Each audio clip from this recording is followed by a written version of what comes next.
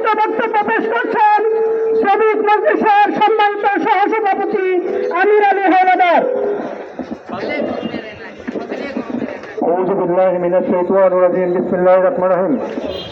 আজকে সভার সম্মানিত সভাপতি এবং আমাদের আমির আব্দুল বাসেদ আজাদ এবং বিভিন্ন দায়িত্বশীল, আসসালামু আলাইকুম।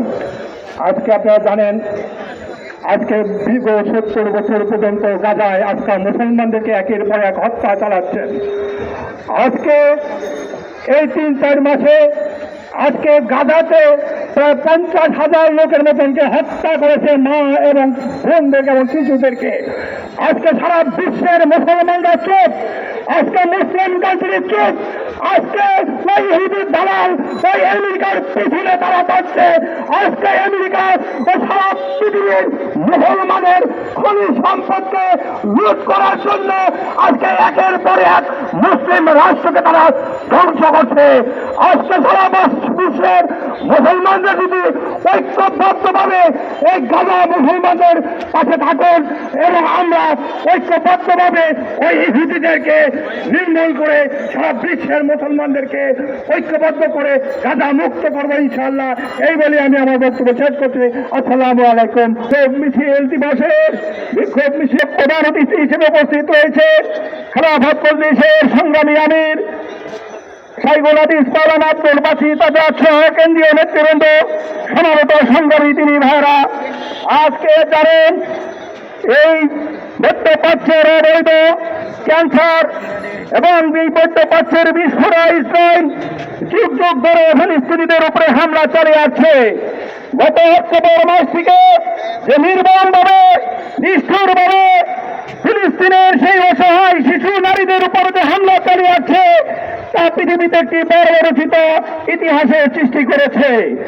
ইসরায়েলের এই হামলা কোন শক্তি আজকে তাদেরকে থামাতে পারছে না। আসে মুসলমানদেরকে মুক্ত করতে হবে, ফিলিস্তিনকে মুক্ত করতে হবে, মুসলমানদেরকে ঐক্যবদ্ধ হতে হবে। মুসলিম বিশ্বের শক্তিশালী রাষ্ট্রগুলোকে আজকে তাদের যুদ্ধের সিদ্ধান্ত নিয়ে ইসরায়েলের বিরুদ্ধে দিয়ে আসতে হবে। তাছাড়া কোনো বিকল্প পথে আমরা ইসরায়েলের এই বর্বরচিত হামলার তীব্র নিন্দা প্রতিবাদ জানিয়ে অবিলম্বে হামলা বন্ধে প্রতিকার নেওয়ার জন্য জাতি গুরুত্বপূর্ণ বক্তব্য পেশ করছেন খেলাফত মজলিস ঢাকা মহানগরী উত্তর। মুসলমানদের ভূখণ্ডে ওই জারাগ্রস্ত ইসরায়েল কর্তৃক বর্বরচিত হামলার তীব্র প্রতিবাদ গোপনে তারা প্রকাশ্যে জনসমুদ্রে এসে তারা বলে ইসরায়েলের যুদ্ধ বিরতিতে যাওয়া উচিত। এই প্রতারণা বন্ধ করতে হবে।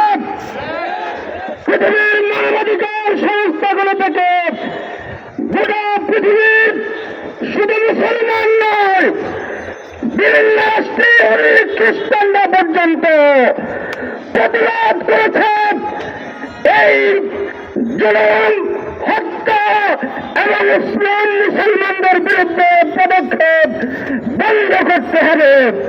সংগ্রামী সাথী বন্ধুগণ, আমেরিকা যা বলে কোথায় আছে, আমেরিকা যার বন্ধু হয়ে তার কোন শত্রুর প্রয়োজন নেই। ইসরায়েলকে সাবধান করে দিতে চাই, এমন সময় অপেক্ষা করছেন। আমরা আশা করি আগামী দিনে পৃথিবীর মুসলিম শাসকরা যদি ঐক্যবদ্ধভাবে এগিয়ে আসে, তাহলে ইসরায়েল নামক এই জারজ রাষ্ট্রের নাম মিশরে পৃথিবীতে থাকবে না। অমানবিকতার বিপক্ষে দাঁড়ায়, ন্যায়ের পক্ষে দাঁড়ায়, জুলুমের বিপক্ষে দাঁড়ায়। বাংলাদেশ সহ সারা দুনিয়ায় সেই রকম সরকার প্রতিষ্ঠার জন্য সব দেশের জনগণের প্রতি উদাত্ত আহ্বান জানাই।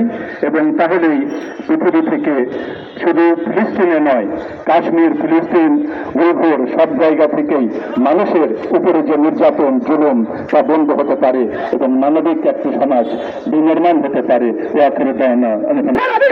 মুসলমানদেরকে জেগে উঠতে হবে। প্রিয় সংগঠন খেলাফত মজলিসের কেন্দ্রীয় যুগ্ম মহাসচিব রাহমাতুল্লাহ ওয়া বারাকাতুহু সমাবেশের সংগ্রামী সভাপতি প্রধান অতিথি আমির মজলিস মাওলানা আব্দুল বাসিত আজাদ এবং আমার প্রিয় ভাইরা, আমাদের কথা খুব স্পষ্ট।